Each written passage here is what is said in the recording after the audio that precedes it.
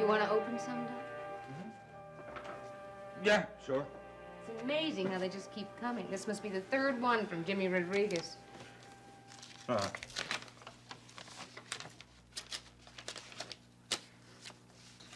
Well, will you look at this? $2 from Sophie Green.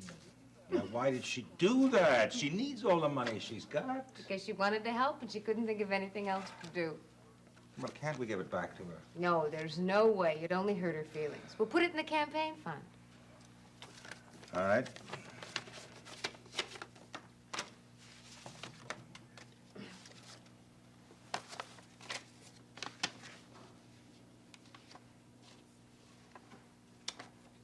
Maybe we should wait outside. Why? Seems so lonely in here without Frank. They'll be bringing him down soon.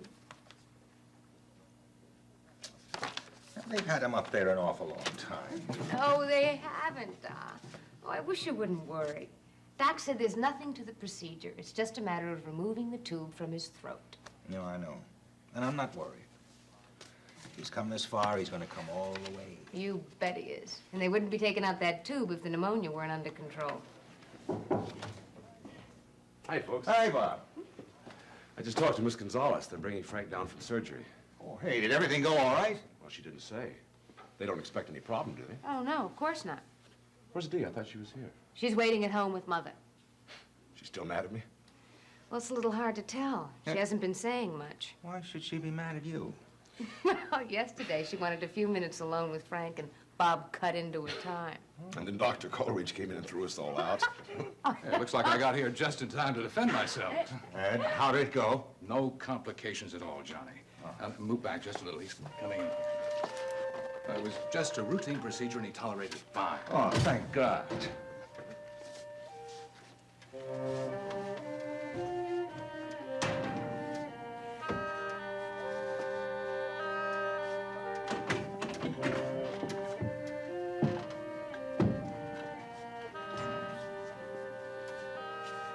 As soon as he wakes up, he should be able to talk without any difficulty at all.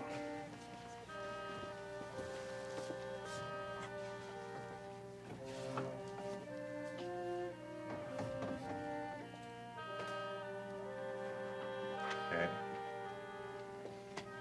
Thanks again. You don't know how grateful we all are. I know, Johnny. I'll wait outside for your instructions, Dr. Coleridge. Oh, fine, nurse. Well, now, what happens now? I don't know about you, but it's been a long, hard day for me, and I'm going to go out and have a bite to eat and check back here later this evening on Frank. How soon can we talk to him, Doc? Well, the anesthesia should wear off in a little while. Well, how long do you think? Oh, I'd say a couple of hours or more. Oh, thank you. I'll take them. Listen, your mother will be wanting to know what happened, so I'm going to get home and tell her. Okay, Doc. Doc, you said just a couple of more hours. Well, possibly a little longer. But we will be able to talk with him tonight. I don't see any reason why not, Mary. Good night. Good night.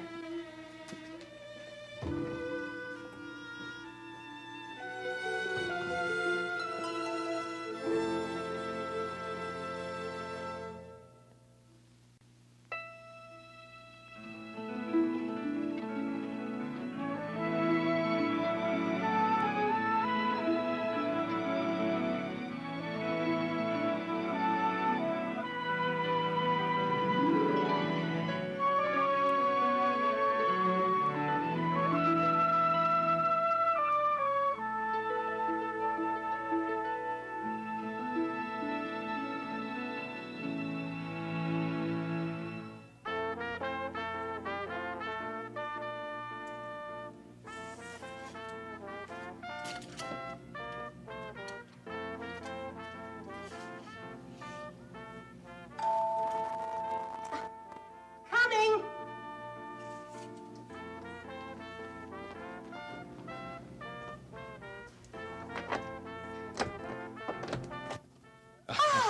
You were the first person to ring my doorbell, Dr. Coleridge. Well, I consider that a great honor indeed, Doctor. And you are just in time to hold the end of this tape measure for me. Oh, good. What's that? Oh, a picnic basket. Oh, we're going to the park? What a lovely idea. Well, we can go to the park, but, you know, I thought it'd be more fun to have a picnic right here. On what? Well, what did you want me to measure for you? Oh, that can wait. I want to see what's in the basket. Right. Well, look, this should give you a clue as to where the food came from. Oh, Ryan's. Right, huh? Now, I can't claim to have prepared any of it myself. It's all straight from Maeve's kitchen. And, here's something special for you. Well, that doesn't speak very well for Maeve's cooking. We're going to need an entire box of salt. No, that's luck for your new apartment. Along with this. Oh, a loaf of bread. Well, you don't know the custom. A loaf of bread like this and a box of salt bring luck to a new home. Oh, that's nice. Hey, you thought of everything. Maeve did. No. The wine here and this candle were all my idea. Oh, I should have known. You truly are a romantic soul. Well, when I'm properly inspired. Well, should we eat now, or do you have some work to do? Oh, let's eat. I'm famished. Okay. I have been in here for hours working. I scrubbed the kitchen and the bathroom and the bedroom before the bed arrived. And then I hung all my clothes in the closet and, Well, you have a bed already? You know what, I think it might be more comfortable if we had the picnic in the bedroom. I think it'll be just fine right here. There are too many suitcases to step over in the bedroom. All right. Now, if you've been working so hard, you know, I'd say you don't look any the worse for wear. Well, it's probably because I am loving every minute of it. Yeah. Oh, fried chicken. Heaven. And what's this? Oh, that's, Oh, potato salad. Oh, dear, calories. well, now, you certainly don't have to worry about calories. Well, not lately. But I'm beginning to feel my appetite coming back. Well, has it been away? Well, when I'm unusually tense or under a great deal of pressure, my throat just almost locks up and I really don't feel much like eating. Well, then, if, it is a good sign if you're hungry. Well, I think it is. I am beginning to relax more all the time. And I'm enjoying life more and more. Now, that makes me very happy. You've had a great deal to do with it, you know. Well, that makes me even happier. Now, to you, to your new apartment, and to our new friendship.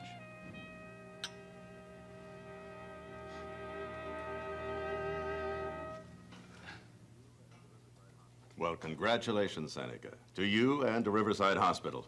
It's all set? I've heard from all the members of the search committee now, and they've authorized me to make a firm commitment to you. How soon? Immediately. That's terrific. It's the consensus of the committee that it will be an honor to have you on our staff. Well, I'm glad they feel that way, Marshal, because, you know, they're absolutely right. One thing that no one can ever say about you, Seneca, is that you're self-effacing. Never. Tell me, what's my new title going to be? Well, that hasn't been determined yet, but we should know in a few days. Whatever it is, it will meet the requirements you set up, and so will your salary. Mind if I use your phone, Marshal? Help yourself. Does Nell know that you're here yet? No, not yet. Expect she'll be pretty surprised, huh? Dr. Borlaug, please. She did. When was that?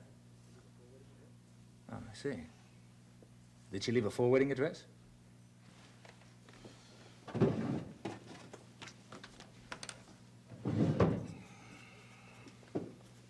Right, I got it. Thank you very much. Has Nell moved already? Yeah, today, apparently. Well, that was quick. She just found the apartment. She's not the only one who moves quickly.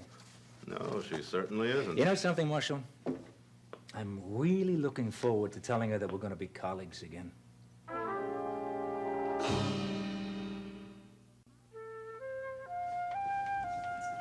Now, that should stick to your ribs.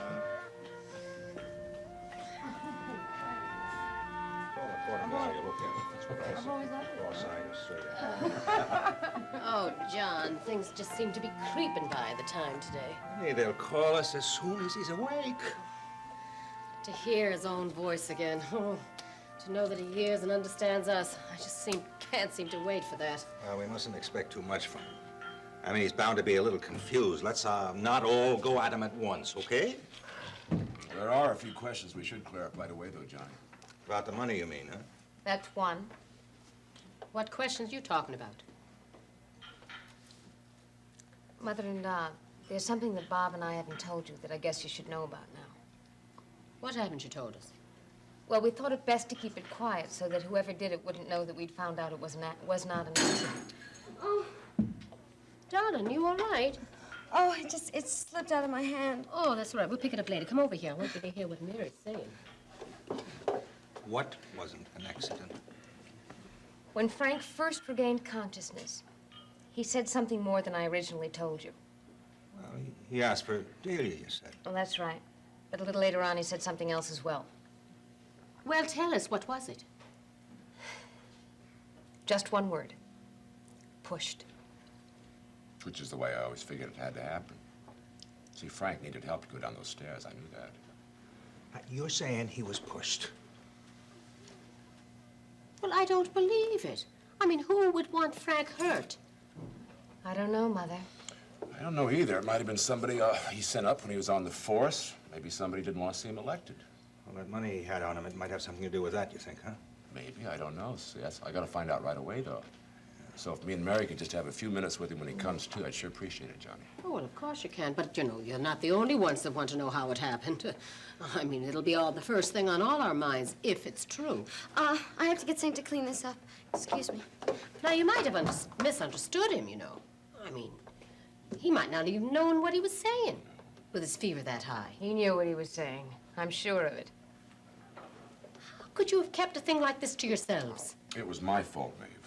I thought it was best for Frank. We'll talk later. Here comes your friend Fenelli. Right. Don't discuss anything in front of him, okay? Hi, Fenelli. Hi, Mary. This is Ryan. Mr. Ryan, I just heard the good news. Miss Gonzalez said they took out the tube this afternoon. That's right, and Frank should be speaking very soon. Gonna speak. Doc Coleridge promised he would. I'm very happy about his improvement. Mm-hmm. More than just a little interested to hear what he has to say, huh, Finelli? Naturally. Aren't you?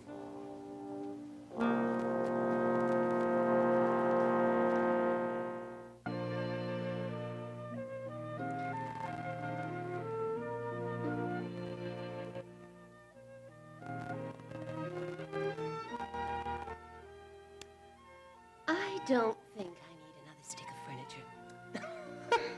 Wouldn't it be marvelous to have a simple, uncluttered existence like this?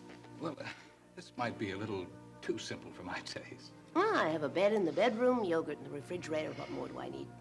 As long as I know that I can count on you to come by with a sumptuous picnic every now and then. Well, I don't know. A few cushions here and there might induce me to drop by a little more often. Oh, you poor man. Are you uncomfortable? Well, it's been a long time since I sat cross-legged like this. Well, in that case, I'd better reconsider my furnishings. But I do want to keep it simple. A couch, table, some chairs, a few lamps. So I want to fill the bookcases with books. Oh, dear. As simple as it's going to be, I have quite a lot of shopping to do. Well, you won't have anything sent out from Minnesota? No, I don't want to disrupt Seneca's life anymore. At least I can let him have his home intact. Well, have you heard from him recently? No, he seems to be accepting our separation very well. Well, and you're still convinced that your marriage is over? Completely convinced. Good, because in case you're not aware of it, I have a much more than casual interest in you. I'm aware of it. No. Well, I'm attracted to you in about every way I can think of. I'm flattered. But not necessarily pleased. Oh, pleased, yes. It's just that well, I'm not quite sure what to say. Well, you could start by telling me what you feel about me. All right. I find myself very much drawn to you. I love to be with you. I've come to depend on your friendship, but I'm not really ready for a more intimate relationship. No, that's a disappointment, of course, but I can't say I'm entirely surprised. Aren't you? Huh, I must say I'm surprised at myself. Why? Well, I thought that after all I've been through in the past few years, that well, I'd be ready for anything when I got to New York. I mean, ready to live life to its fullest in every way. But you're not. Well, changing the environment doesn't necessarily change the person.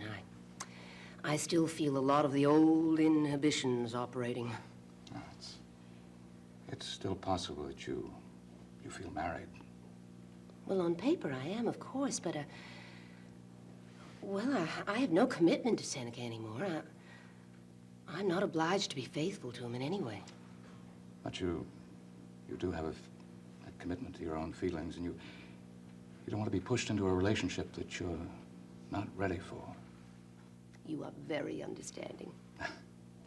Well, I'm afraid it wouldn't further my cause if I weren't. Ah, so that's your method. Well, I admit that I'm a little let down. Yes, I was hoping to move this picnic into the other room where you have your most comfortable piece of furniture.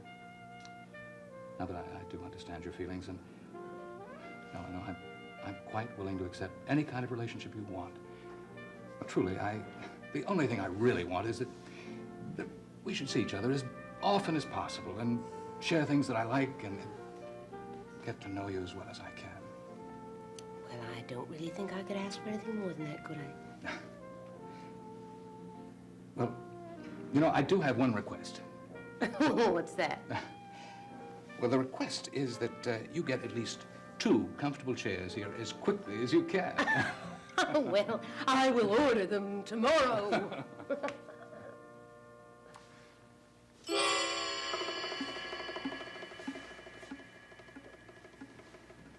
Seneca.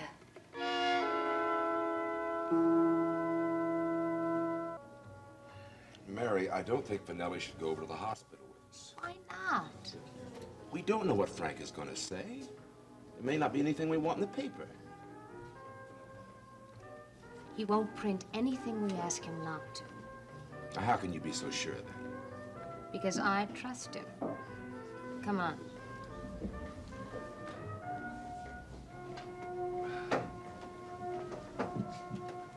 Mr. Finelli, can I get you a drink? Yeah, beer would be great. Got it. Bob? No, thanks. John, do you think we should call the hospital? Mother, they said they'd call the minute he came round. Oh, it wouldn't hurt to check. Mother, they'll call us. Oh, darling. The table in the corner. Yes, I know. I'm neglecting my customers. Do you need some help? No, I'll let you know. Excuse me, I better attend to business myself. Here?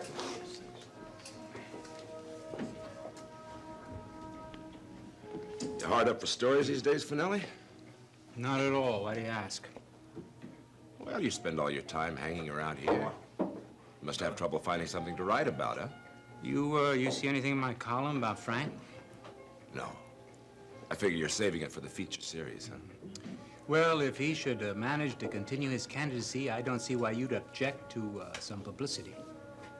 It depends on what kind and how accurate it is. Mary, I could use a hand now. Oh, be right there.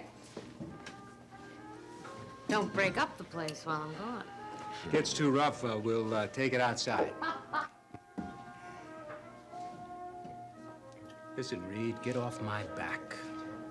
I get off your back, mister, when you stop coming around here trying to dredge up muck about Frank. Is that what you think I'm doing around here? I know it is. I don't spend all my time looking for stories. Well, then why waste your time hanging around here asking questions about Frank? It's not my interest in Frank Ryan that's bothering you. Oh, yeah? What is it? My interest in Mary. Bob, have you seen Dee? She was just around here, Mary. I don't know. It's time for Little John's supper, and Mother and I've got our hands full. Well, maybe she's upstairs. I'll go get her.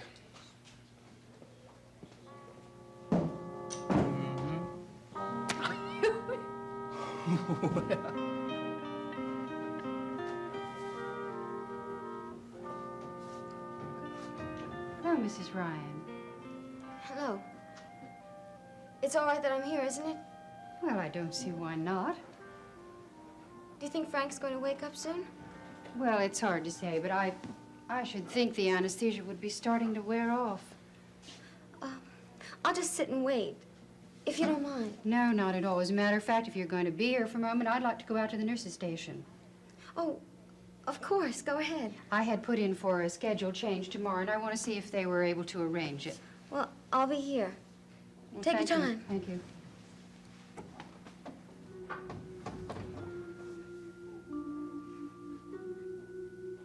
Frank?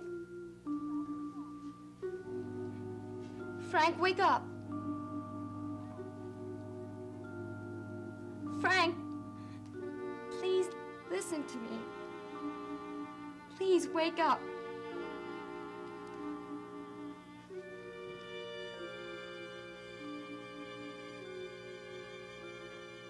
Are you awake? Can you hear me?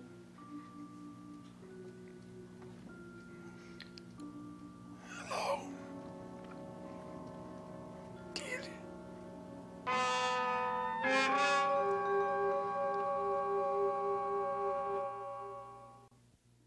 In Port Charles, revenge is a priority, relationships are disposable, and good medical care is a necessity. Keep up with this fast-paced city with an all-new episode.